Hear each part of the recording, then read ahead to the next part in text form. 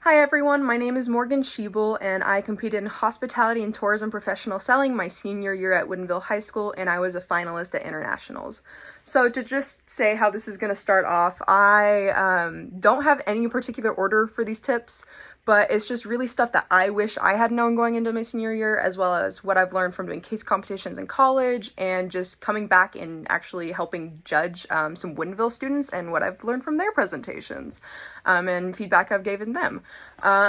So what you want to start off with is hospitality and tourism prompts are extremely open-ended, and because of that, you have a lot of creativity and you want to capitalize on that.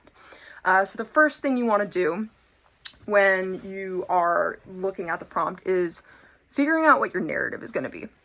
And you want to spend a lot of time on this. The foundation of your if the foundation of your presentation is not great, it's going to show, and down the line it might be a bit sloppy. So you want to spend some time on this. But again, with that open-endedness, you can actually make some assumptions not only about yourself, but about your client or the judges. So for instance, my prompt senior year was super vague. It's basically your clients or the judges are trying to host a conference for 400 plus people. And it didn't say where the conference needed to be. It didn't say what the organization was. But it was for 400 people, and you just had to go through like attractions and housing, like hotel services and like transportation. And I'm like, okay, I can work with this. It's super open-ended.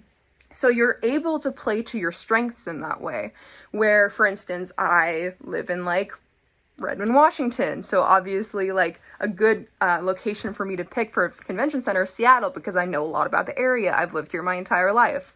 As well, I was like, what industry can I place these judges in that I know a lot about, and again, can capitalize on? And I'm like, I know a lot about the video game industry.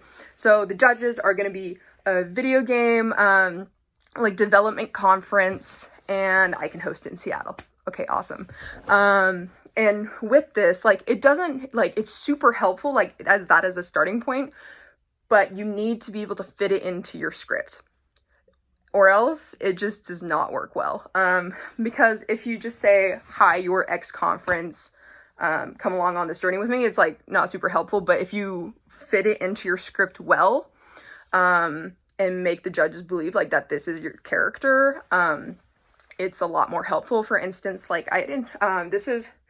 okay, going on a tangent, there's no perfect formula for a good presentation, but there are some key points that you need to hit for everything to flow really well.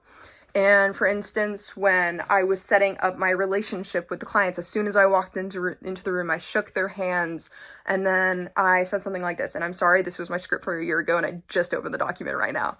Thank you so much, not only for your trade show, Let's Play DevCon, which is a conference name I completely made up, being interested in Seattle and filling out our survey, but also coming down here last month to tour the Washington State Convention Center facilities. Again, obviously didn't happen, but you can guide them along. And it's super helpful. And you can also kind of create some credibility as well. Let's see. As you may know from our emails, my name is Morgan Schiebel, and I'm a sales manager here at Visit Seattle. I've been working at Visit Seattle for 7 years now, and before that, I worked down in Texas at Visit Dallas. Again, completely made up, but you can work in some credibility, some ethos there. Once you introduce yourself and talk about like the company and like who they represent, you know, you can walk into your agenda. Your agenda should be very quick. And what I find helpful is also using a physical copy of an agenda. You can kind of just leave on the table for them so they can follow along. And then another thing that can be very helpful, depending on what the prompt is, it's not necessary. It really depends on whether you think it fixes the prompt, but a case study. If you can work in, hi, I've worked with X past client, and they were very similar, like they had very similar needs, very similar structure, and here's what worked well for them, and here's where they succeeded, and here's where we've learned, like, what works well. And this is typically an actual company versus the one you made up for your clients, but case studies can be very helpful. as well. Something I think is really important and needs to be really focused upon is client needs. So it's not just here's why this product, whatever service is good, but here's why it's good for you. Okay, that's super, super important. And most of your time in your presentation should be spent going over the benefits of the services you provide. Let's see. Also, another thing you can assume for the client is your budget, because you're going to end up going over the pricing of your services at some point, right? What's really helpful is also saying, like, here's your budget as a client. And again, it's something you would assume, and you could, like, insert at the beginning. It's like, you told me your budget was this, and we're going to make sure we not only get it under this, but, like, maybe you can add something else. I don't know. But I always thought that was very helpful. What else? Oh, once you go through your needs and everything like that, something I really want to press is ROI is not just financial. So for people who don't know what ROI is, I recommend you know the term by heart before you start putting your presentation together, but it's return on investment. And typically people see this as a number. It's like, if you come back to us another year, it's like, here's what the money you're saving, here's what you're spending, but it's not just revenue. It's like, it can relate to the company's recall, and how, like, the relationships between the attendees and the client. It's not just return on investment, for financially and monetarily. And I personally prefer doing questions before your close. Some people do questions at the end, and I just feel it's very unnatural. But basically, after I do my ROI and I did my timeline, I walked into questions. It was very short, like, at this time, do you have any questions for me? And sometimes they would ask me 2 questions. Sometimes they would be like, no, we're good. And I was like, cool, we're moving on then. But my close was also a next steps. If your close is just like, cool, can you sign this contract for me? It's very disengaging in a way. But if you add some next steps into it, into asking for a close, it's more engaging for the judges, and they can tell you put a lot of effort in. So I'm just going to go over my close really quickly and how that worked.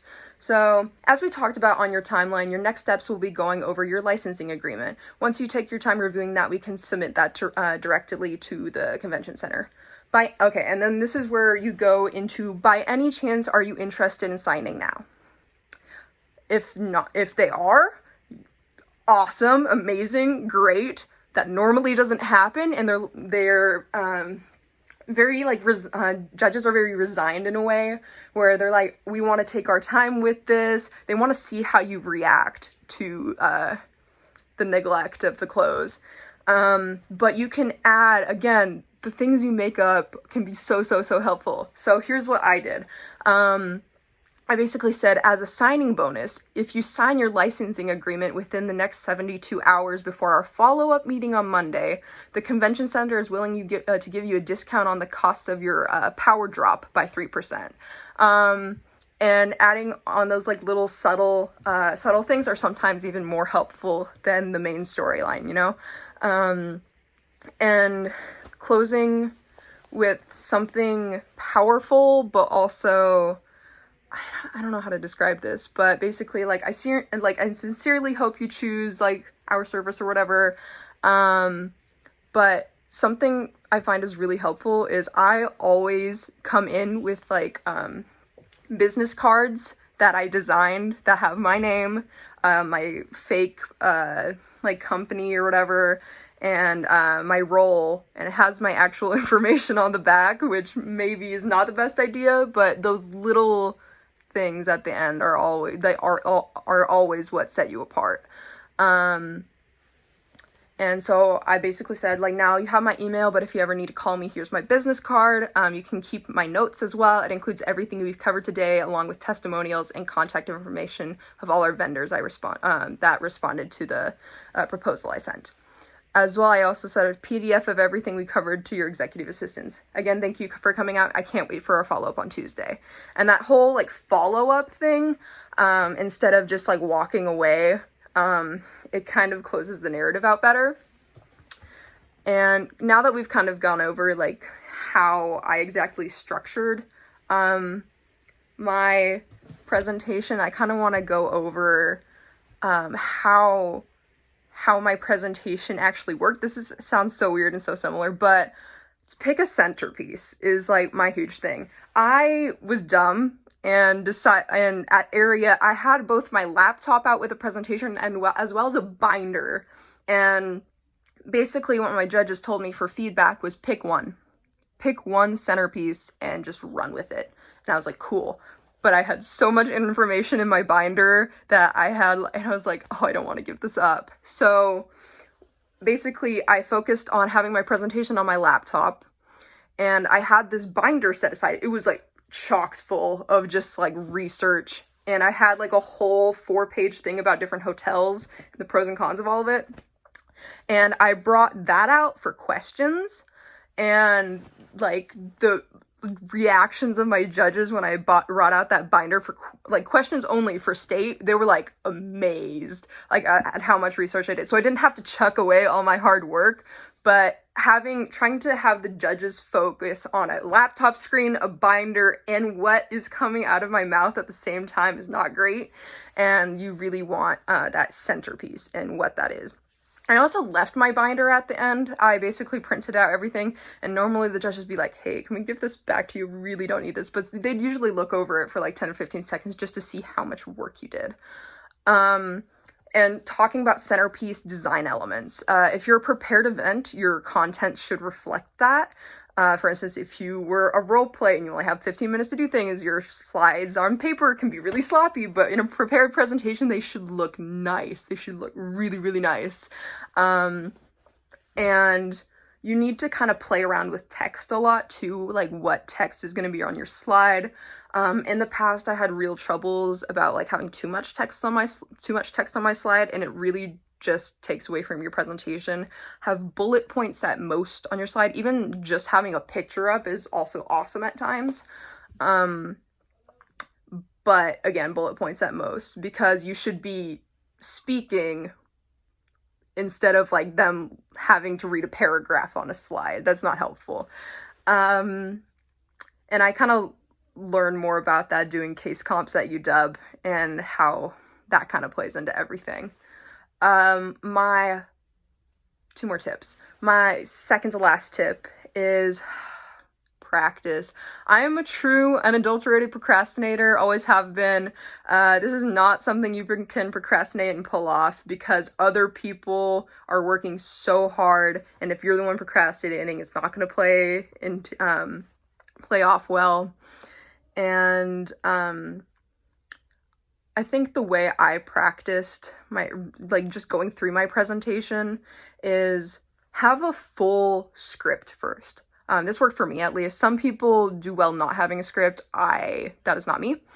I preferred having this huge script, and as it got closer to the date of competition, turn that huge script into bullet points, as you get down to the date. And my last tip, don't discount the tests. Your hospitality test is a bit different from I don't know which other ones are, entrepreneurship, finance, whatever the other ones are, but don't discount the test. I, again, procrastinated when it got to area, but my test score saved me. I got first on the test, and then, so that saved me and got me to state. But then it was the other way around from then on out. And again, it can really make or break your event. Yeah, that's all. Thanks.